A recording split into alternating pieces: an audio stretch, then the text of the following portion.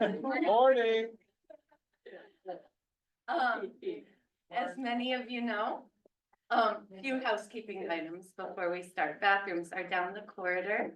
Help yourself to refreshments, as needed. And this is a hybrid event, so if, you speak, please speak loudly and clearly and say hi to our friend the owl. Who? This is-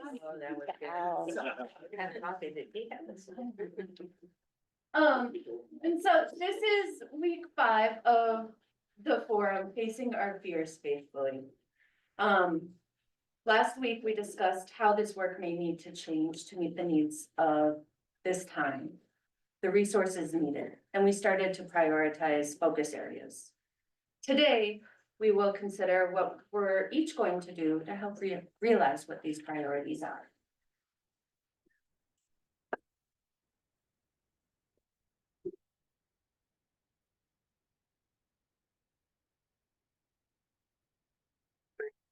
And made it something.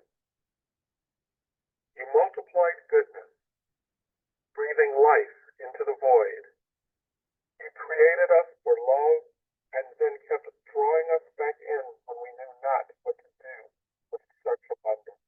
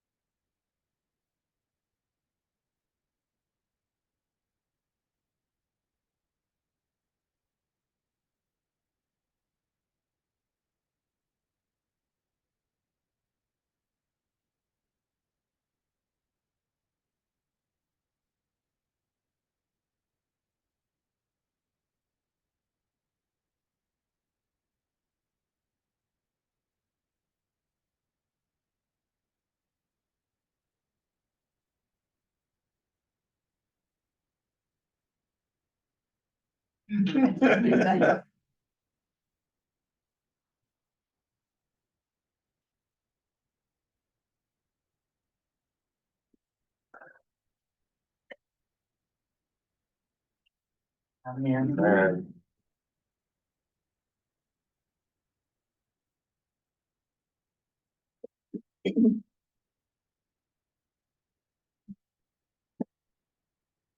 Thank you, Sarah. Thank you, Katie. Thank you, friends. If you're watching online, thank you all for being here today.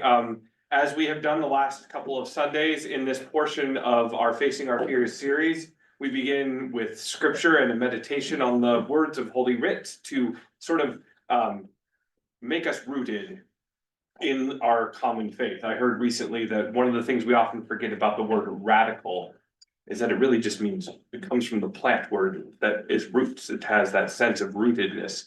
So maybe we'll become more radical by our staying rooted here in the scripture. Can I have a volunteer who'd be willing to read this out loud today? I will. All right, thank you, Mary. Ephesians.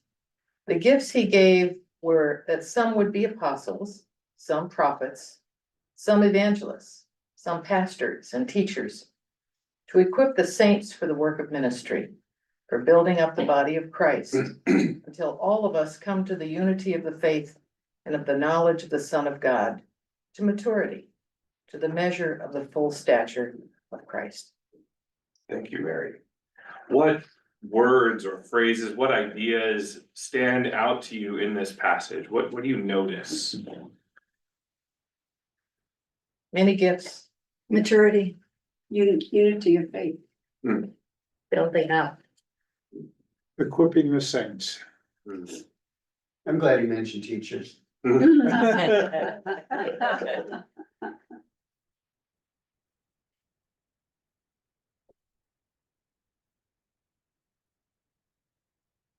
else stand out to us? The gifts he gave us. Unity.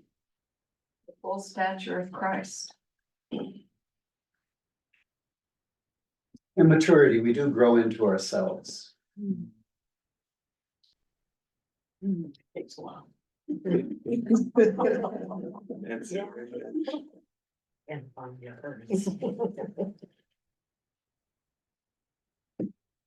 With time to read it through one more time, you all are so efficient with our text this morning. We have one more volunteer who'd be willing to read this out loud.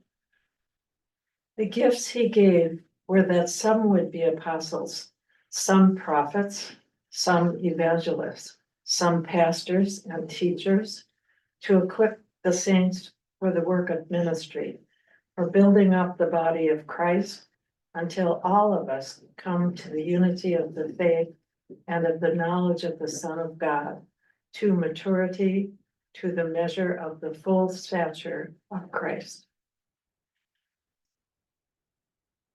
Anything new stand out to you as you hear it again? Any connections it makes? Sally, Makes me wonder where I fit. Which one am I? which part? Which part do I play? Yeah, for me, it's the many roles all leading to one goal. And even within each role, there's so much variety. There is. Like we're doing with this program is we're being equipped for what's coming. Hmm. Hmm. That's something our bishop has been saying in his letters to the diocese and certainly to the clergy as we get there's always the public letter and then there's the one that goes to the pastors and like, y'all better do this right. He's always much more gracious than that, but he's been reminding us that so often in ministry particularly, we chase after those places where there's unhealth or dysfunction or fear. And that the job of the church actually first and foremost is to reinforce that which is already healthy, to disciple the health, he says, to turn the disciple into a verb. So equipping folks for what comes next. And that's a challenge. It's always easier to see the problems and run after them than it is to see where things are going well and to think, what else can I give here that would make it really be rooted? Jared, I think that one thing that we all can do for each other is when we see a gift being expressed in our community, we can call it out and say to that person, you know, you really have the gift of hospitality, or you really are, you know, that was the way you read that was wonderful, or, you know, we just see it and speak it and encourage each other.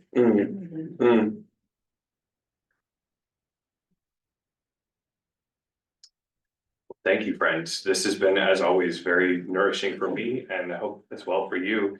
And keep these words in our minds as we move into the core of what we'll talk about today.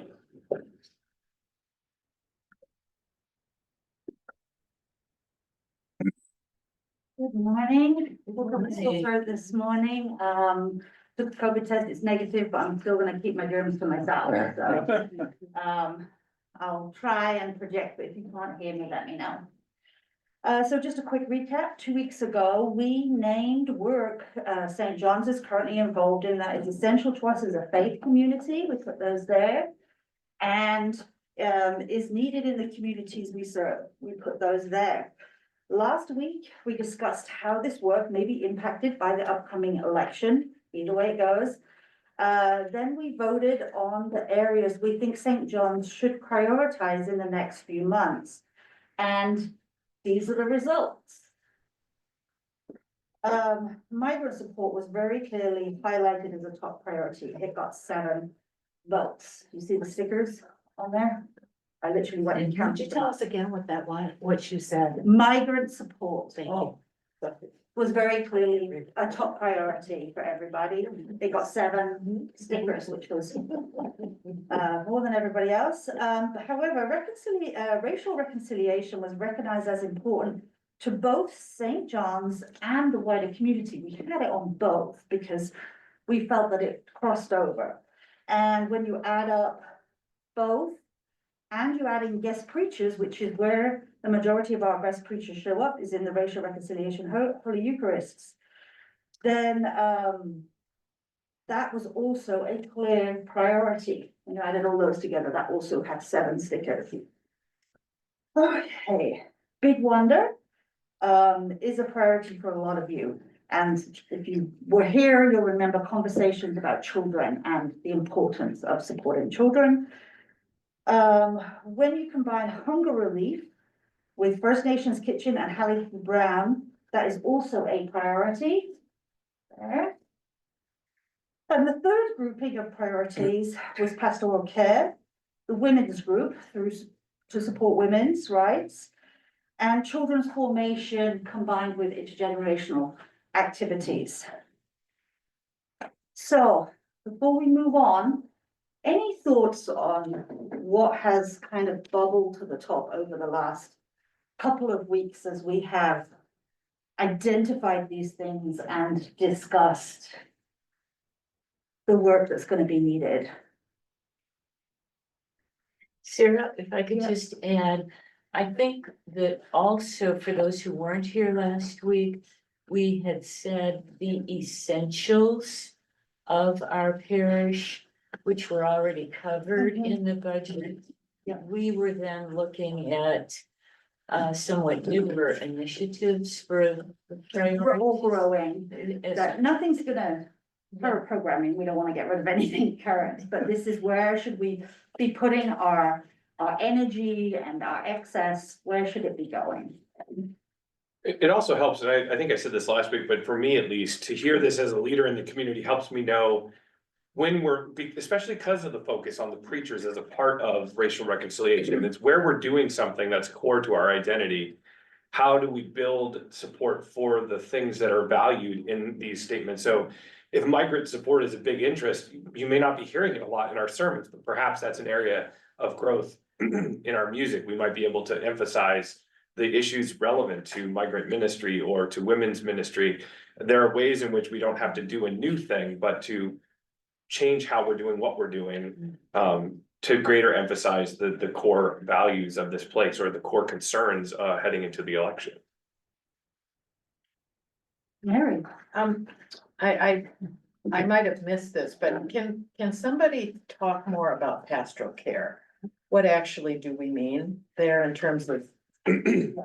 So and anybody that was here the last couple of weeks, remind me, if I have forgotten anything, but pastoral care came up and essential to us as a faith community. But there, I think we talked about, if I remember, the notes I took was there's an epidemic of isolation, and there's probably going to be grief. And there probably is already grief, but there's going to be even more after the election, whichever way it goes. And so we felt that pastoral care would be critical for our community. So for the pastor to do the caring, or is it for the community to do? For all of us, we are All of us. all pastoral caregivers, all of us. Just every time, you give somebody a call, every time you go for a coffee, every time you acknowledge somebody, you're giving pastoral care. You don't have to do anything dramatic. You know, it's not rushing to the hospital and all of that. It's just caring about each other and making sure each other knows that we're cared for. But there's also a layer in There which is. our pastoral care ministry can use Yeah. some emphasis as we do, say, our Kobe training, to think about this particular moment as a response space they're gonna be needed in. I also think the Circle of Care Committee, we're meeting once a month. There's been an invigoration of new members into that group. And I know we're talking about doing a retreat in January to look at how we could expand pastoral care besides the concepts and the activities that we are currently doing. And so that's kind of that's an exciting thing to be looking at. And for those of us that have been here long enough, I can remember when I used to rely on the blessed Frank Wilson, who was known for taking care of the sick and those that were needy. He would do it all himself. At that time, I don't really remember anyone else visiting the sick at all. And he was held up as being an example of someone who was so good at that. Well, that's changed now. We're all sort of involved now in helping, like Jared's not the only one that has to do that anymore. Unless my mom has something to say about it, apparently. He takes care, There you go. takes care of me, yes. All right, well, there's gonna be plenty more opportunities for discussion. One thing we didn't get to last week was resources. We wanted to talk about what resources are gonna be needed. But we only had 15 minutes and we had a lot of conversation. So I said I would circle back this week, and what I have for you is pullouts from the draft budget now, to let you know the way it works. Budgets basically have income and outgoing. Income is something that myself and the treasurer and our new assistant treasurer, David is.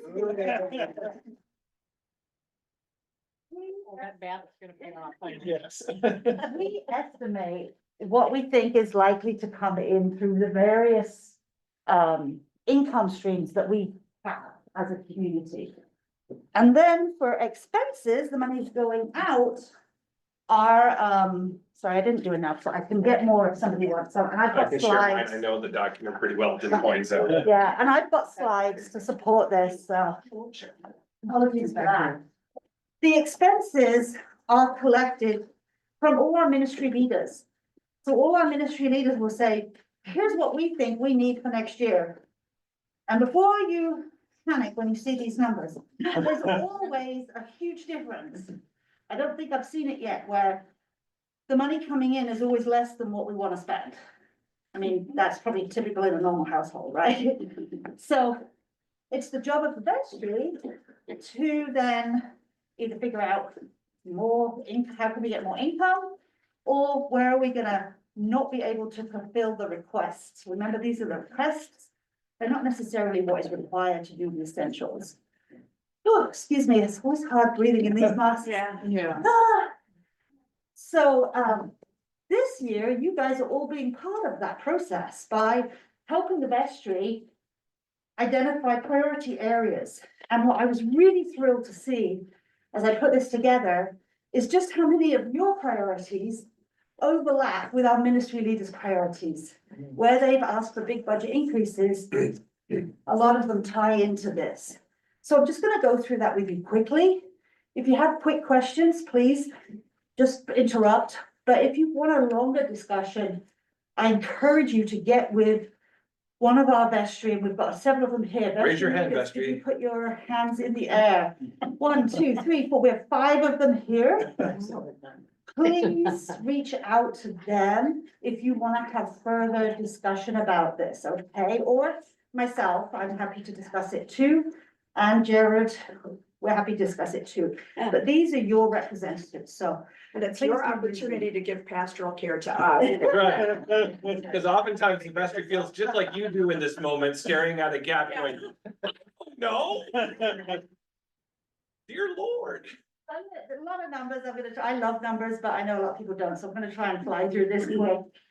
So this is monetary resources. This is the money coming in, resources that this community is provided with to do the work we do. There's 4 key areas that we get money from. Member commitments, that's your pledges. Discretionary giving, now that's the stuff we can't, it's really hard for us to forecast. It's loose plate offerings, it's Christmas offerings, it's Easter offerings. It's not pledged income, it's this big bucket of various things. That's kind of our catch-all. Facility revenue, so income that is provided through the use of our facility. And then endowment distribution, so we are very fortunate as a community to have a healthy endowment. And every year, the trustees set a draw rate. They usually like to keep it around 4%. At the moment, it's 4.25. And for 2025, that's what we're estimating at this point we will get from our endowment drawer. So that's a really nice chunk of income that a lot of churches do not have. And I wanted to pull out the member commitments because we're gonna have a tough job this year, just even keeping our member commitments flat. And the reason for that is every year we always have attrition. That happens in every church. Last church I worked at, everywhere, always has attrition. That's people who have passed away, people who have left the community, not necessarily for bad reasons. We've had a lot of people actually move away from the area this year. So we're expecting in 2025 to have about $20,000 worth of our pledges not renewed. But then there's always new pledges. In the last couple of years, we have been blessed with a lot of new pledges. Last year we had I think it was 43, 44 new pledges, and it was worth like $55,000. We've done such a good job. And the year before that, it was something like 30 new pledges for $70,000. We have done such a good job of bringing people into our community, of encouraging people, everybody to pledge, even if you're just pledging, $5 a month. Be part of the community, that's what we want. We've done such a good job that this year, I'm only estimating about $12,000 from new pledges. So Which is, it's a little lower than what we've been seeing the last couple of years. which is to say, not that we're seeing a change in the number of people joining our parish so much as we have made invitations to a lot of folks who either stopped pledging or who had been here as new members and not made a pledge over the series of 3 or 4 or 5 years. So that number of people is now back to just new members, the kind of who are joining our parish. Yeah. If everyone who's joining pledges, that would be the number. We have a matching gift again this year, which is great. I'm not gonna go into the mechanics of how that works in here, but I promise you I have accounted for it. And what that tells us is, this is the pledge amount we had last year. To get this to the same again for 2025, we need over $33,000 worth of increases on people who are renewing their pledges. And that is about 5%. It's hard. It's hard. That's more than we wanted to ask for. We wanted to ask for 3, which is super close to inflation, but it would actually be really irresponsible of us to not try and keep our pledges at least where they were last year.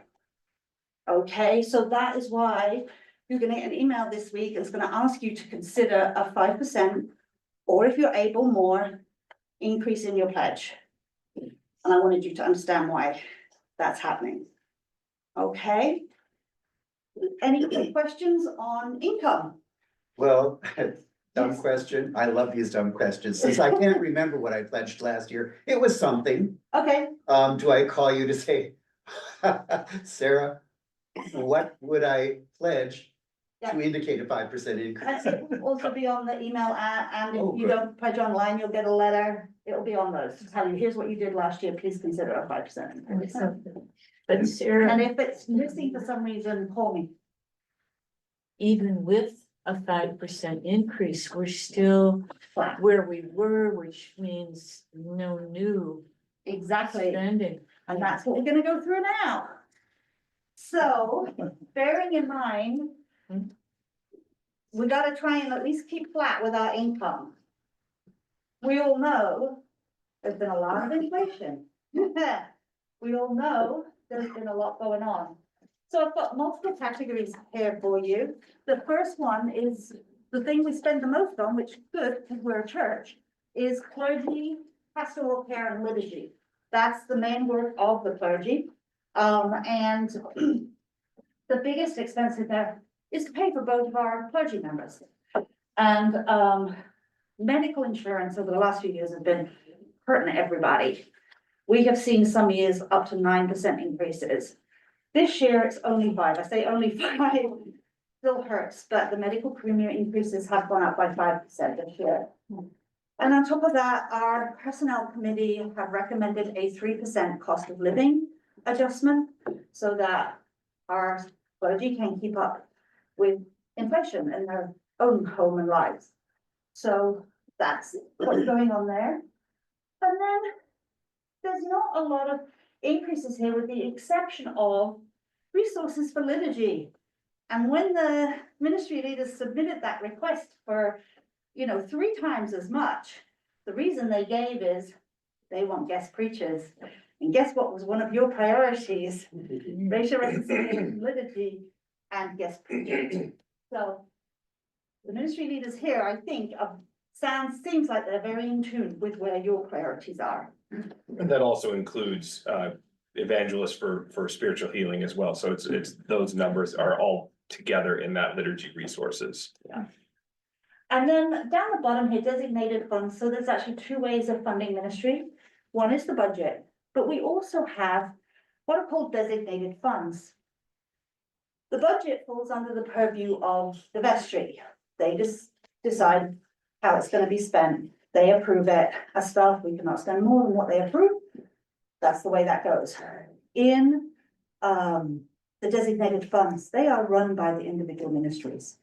So, and the money just keeps going year from year. It's not like you get to the end of the year and if you didn't spend your budget, it's gone away. It's still there. It's like a savings account. Like a savings account, yes. And many ministries have at least one of these designated funds. And for clergy, they have the clergy discretionary fund. And I put the current balance in there, and clergy will use that to help people they know are in need. So we'll do rent payments, we do bill payments, we do food, we do gas, we help with it. And primarily that's actually internal within the community, but it has also been used externally to people that we're aware of. I'd say about 2/3 of the costs go to folks in the community who lost a job or have an unexpected medical bill or some other fill in the blank. And then about 1/3 of it goes to folks who pop into the church and know the churches are places that should help when they need. And so we do our best to try and give something when that happens. And this money is collected, you sometimes might hear, if the fund is running low, we might put out an appeal and say, hey, we'd like to do a mustard seed for the clergy discretionary fund, please give what you can. That money goes straight into this fund, it does not go through the budget, and the thing with a designated fund, the money has to be used for what you gave it for. If you are giving to the discretionary fund, the clergy discretionary fund, it has to be used for that. We can't say, oh, let's take that and do something completely different with it. Illegal, unethical, doesn't happen. As one warden formerly said, it's not for Jared's pizza party. One fund here I just wanted to highlight is the John Graham Conklin Fund, which also comes from the liturgy. That has run low, and so you are gonna see an ask to contribute towards the Conklin Fund, so we can keep that liturgy going on a weekly basis. Okay, any questions on this category? All right. The next category, oh, come on, is music, and I'm not gonna spend a lot of time here because music, bar the increase in medical insurance and the COLA, really have not asked for any increases. And one of the reasons is you'll see they have a lot of designated funds with healthy balances that they have worked hard to raise money for. So they're in good shape. And so we don't need to worry about them too much. The only increase they asked was $1,000 for piano maintenance, which is all the pianos in the church for the whole year.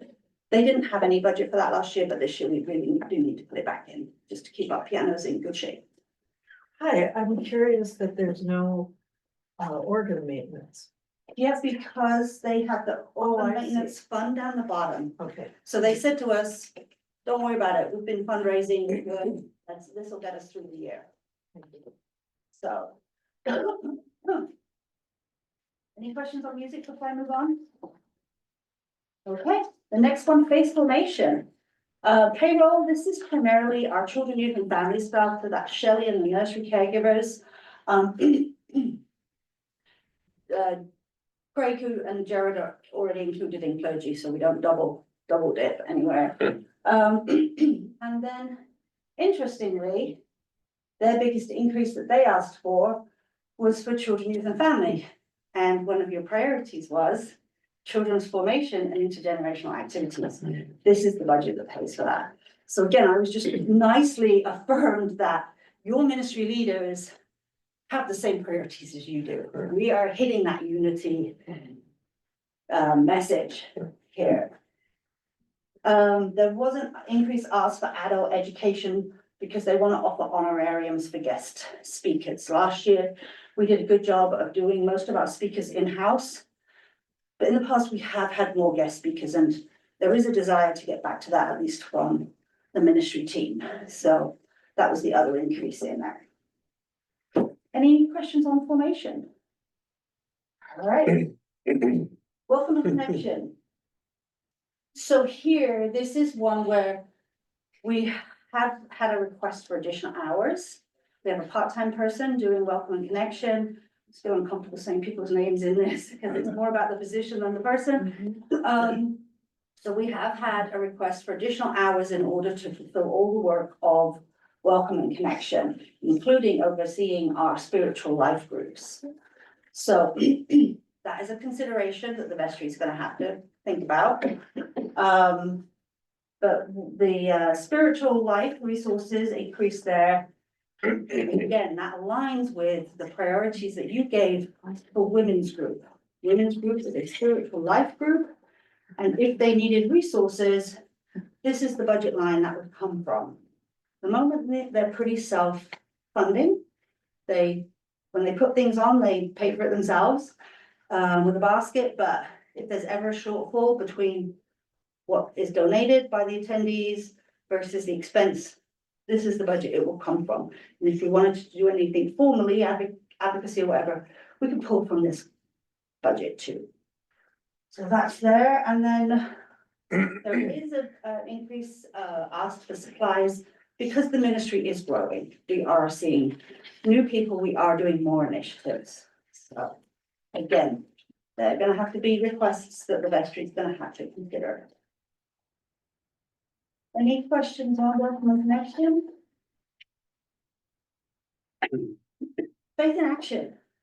This is one of the few ministries that does not have personnel. It is 100% volunteer led, which is the model that our bishop has encouraged, that it's lay led and clergy supported. So certainly the staff are here to support this work, but it's primarily led by all of us. We have the clinic in Keora, which we have funding for every year. One year we bought, a little while ago, we bought scan, x-ray, or whatever it was, some kind of scanner, sorry, medical people. I can't remember the exact thing. Equipment for the clinic. Equipment for the clinic. But that was a big purchase and they used a lot of their designated fund. There's so many designated funds for Faith in Action. I put them down the side on this one because they correspond with the ministry. So they used to, during pre-pandemic, I think their funding was at about 12,000 a year. They're trying to build back to that. So that's why they asked for the increase. Hunger relief. This was a big increase request that came in. And guess what? It's another one of your priority areas. I couldn't believe it. I was like, woo, you guys are all aligned. So then this Project Home is flat, Creation Care and supplies all flat. And then the one thing you'll see that is not on here that was top of your priority list was migrant support. We currently do not have a budget for migrant support, but we have been using this designated fund thanks to the generosity of the committee. They voted to let us use funds from there. They have a large Faith in Action designated fund that can be used for any of the Faith in Action ministries. So that has been currently funded out of that. Okay, So are you gonna add a line item for migrant support? at or the how are we moment, gonna there is move? not a request to do so. Okay, At the moment, it's gonna have to continue to be from designated funds unless after these forums, and I give the feedback to the vestry, they go, oh yeah, maybe we should put that in. But As it then- happens, the Faith in Action liaison is sitting in the room listening and. The other thing that is not in here is Big Wonder. We do not have a budget line for them. We did this year start a scholarship fund, but designated fund for them. But as soon as we raised it, we raised $3,600. We spent it on scholarships. So we now have families that are able to send their children to quality childcare. So, yes, please. If we could go back to migrant support for just a second, what are we considering migrant? So we've kept it as migrant support to be anybody, but at the moment our primary work is supporting refugee family. So there's multiple, migrant is a large group, but our work has primarily been refugees. Okay, thank you.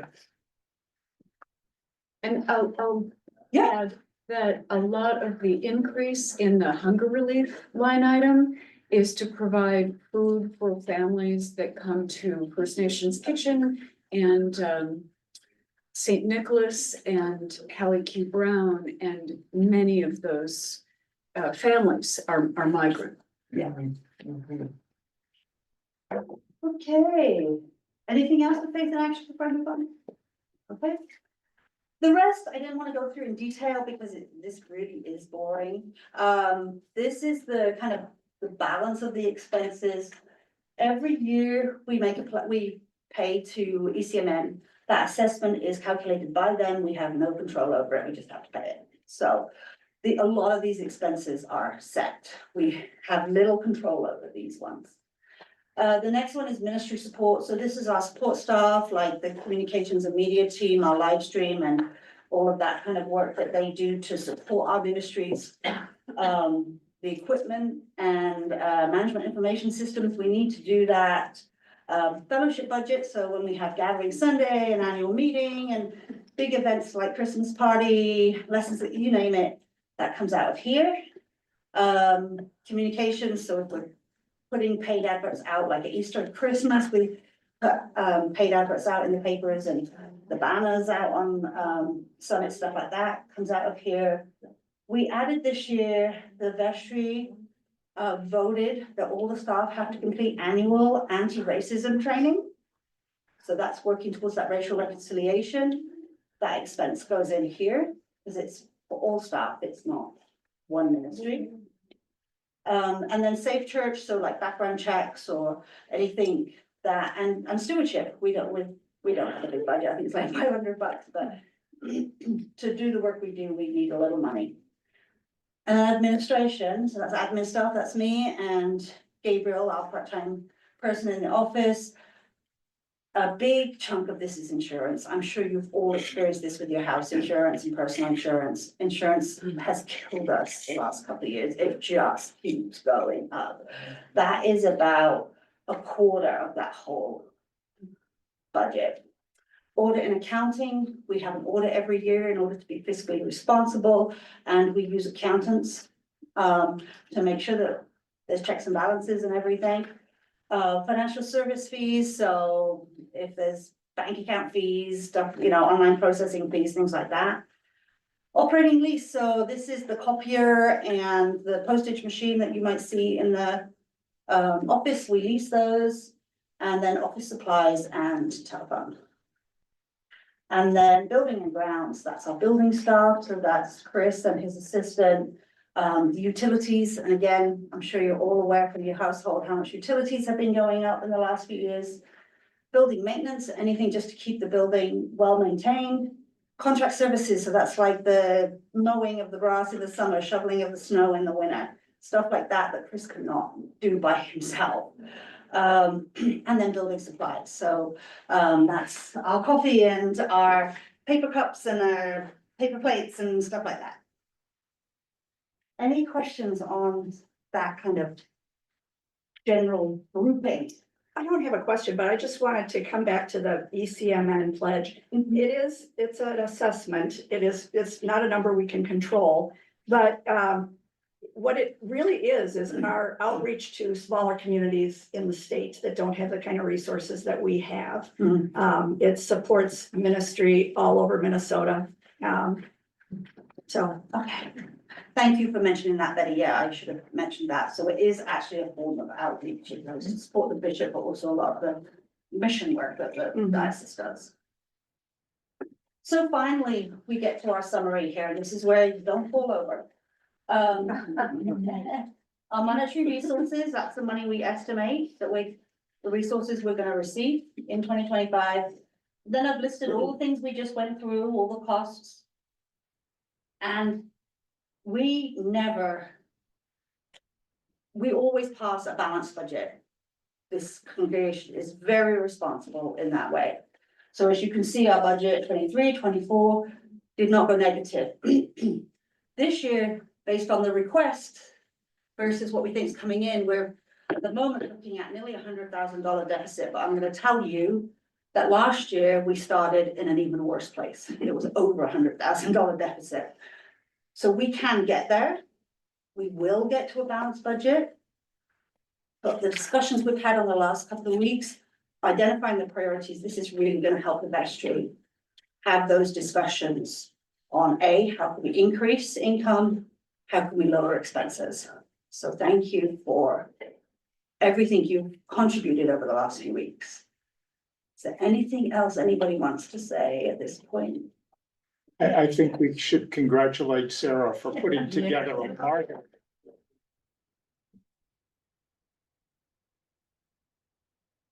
Delivering with this real man. I was gonna say, this is the clearest I've ever been in a meeting Oh, good. understanding the finances.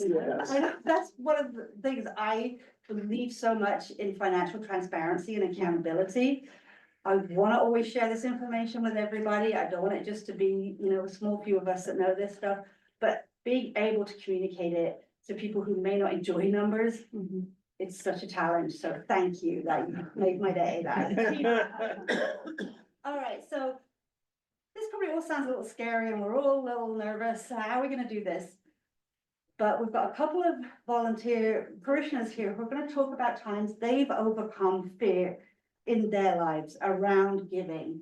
And so I'm gonna first of all ask Kari Keeler to please take a few minutes to share your story with us. Yeah, do you want me to come up front or do I No. just need to sit closer to the owl? As Maybe? long as the owl can hear you, Okay. we're good, wherever you feel comfortable. All right.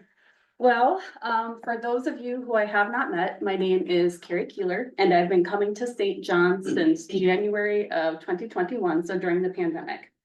And I do not have a history of giving faithfully or joyfully or like even willingly. And I think it goes back to my childhood.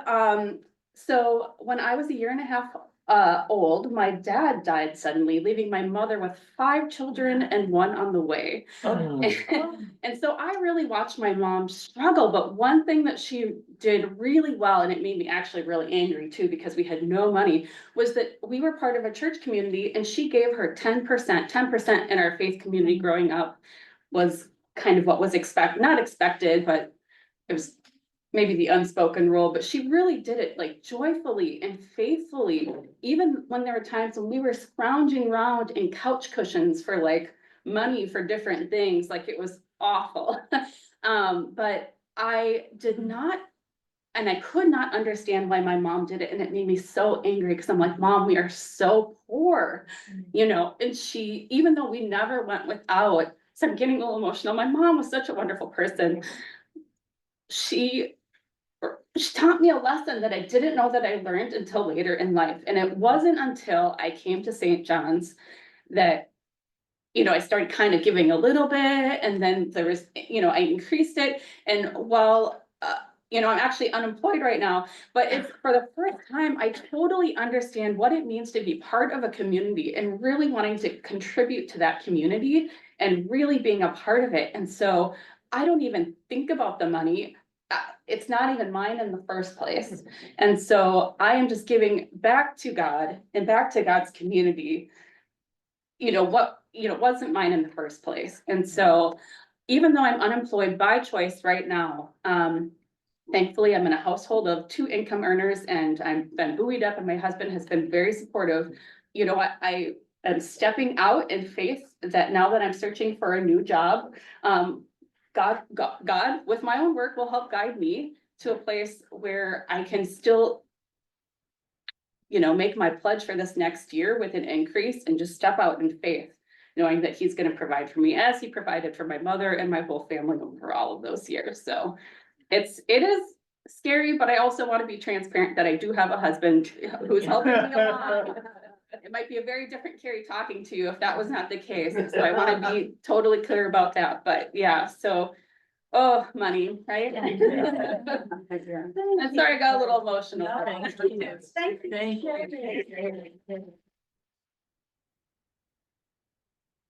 Actually, one of the reasons I asked her is because I know that she left her work and is looking for a new career and, but she's maintained her giving, and so I was like, will you please Good on ya. share, so, thank you. And then Bob has also agreed to share with us about overcoming. And all I can say is, Carrie, you are gonna be a really tough advocate. Let's get the tears going a little. I am not the poster boy for financial viability or even necessarily charitable giving to the church, because I know there are some years I didn't make my pledge. Truthfully, I don't know that Rick knows that. He probably does. And, my motto is it doesn't hurt to be generous. And I find that is true through my whole life. I was one of 10 kids, so we were never, just like Carrie's family, we were never rich enough to have anything we wanted, but we didn't go without. I was also not the poster boy for getting through college. It took me 12 years to graduate from the U of M with my first degree. And I was always a little bit ashamed of that. You know, I had to work. And also I was a little bit lazy, truth to tell. I remember washing dishes at Manning's on Como. And then I got this job, which I thought was great, working at Abbott Hospital when it really was just Abbott before the merger, on the ortho ward. Hard work lifting very heavy patients that usually had hips or knees done. And, you know, emotional support as well. My real topic today is joy, because I attended. Now, do you guys, many of you might not know Pat Brinteson. She was the kindest little old lady here, and I found out at her funeral that her family just made fun of her because she was very frugal. I'm not frugal. They talked about once when she gave a little hors d'oeuvre plate, it had 2 carrots, 2 pickles, and 1 potato chip. For her 2 grandchildren. How do you share 1 potato chip? Anyhow, she also worked at the bank, which of course gives her that financial background that I just don't have. I'm really ridiculous when it comes to money. But it doesn't hurt to be generous. Also, another motto I have that Rick really hates is, I believe, spend all the money. Just if you got it, spend it. Do you guys get these things in the mail? Oh, this is just the most joyful thing. Look what you can do with your money. You can buy a heifer. Buy a heifer, or they're pushing, you can buy 4 heifers or 1,000. You can buy chicks and piglets and goats and honeybees. I just get such a kick out of giving them a little bit. Mind you, I don't give them all that I've got, because really for my financial giving, I think St. John's deserves it, not to mention, there's Scherf.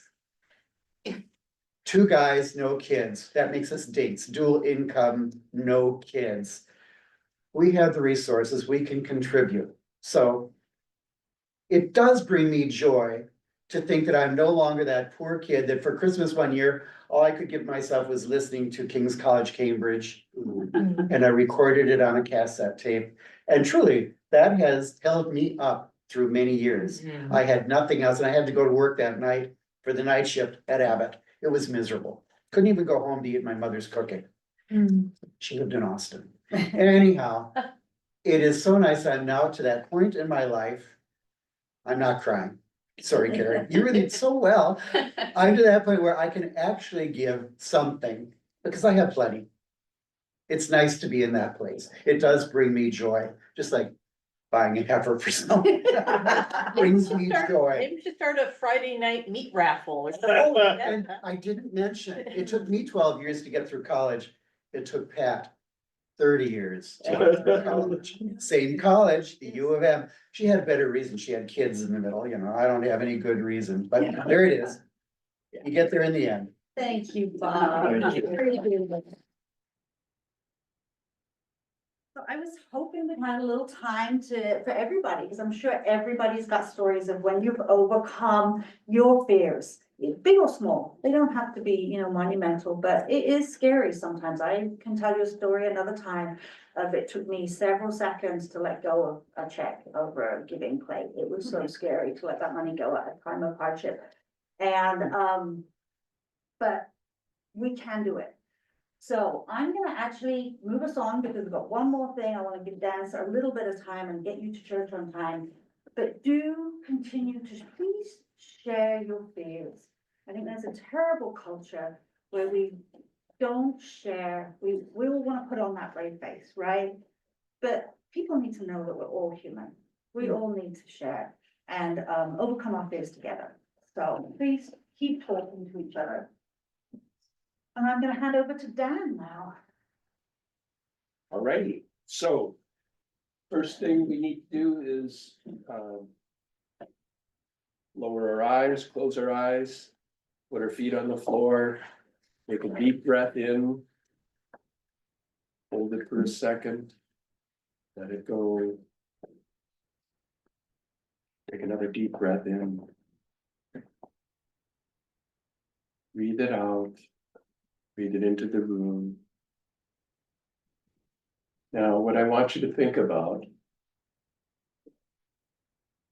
is when you're out in the world talking to other people who don't go to St. John's, or maybe even other people at St. John's, what do you want to brag about?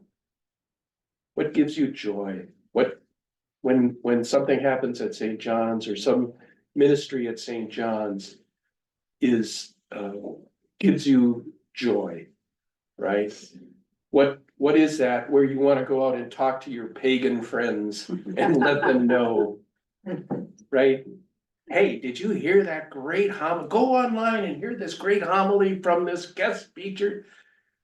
Whatever it was, or going into the farmer's market, which we can't do that today, but going to the farmer's market and sharing with other people the produce.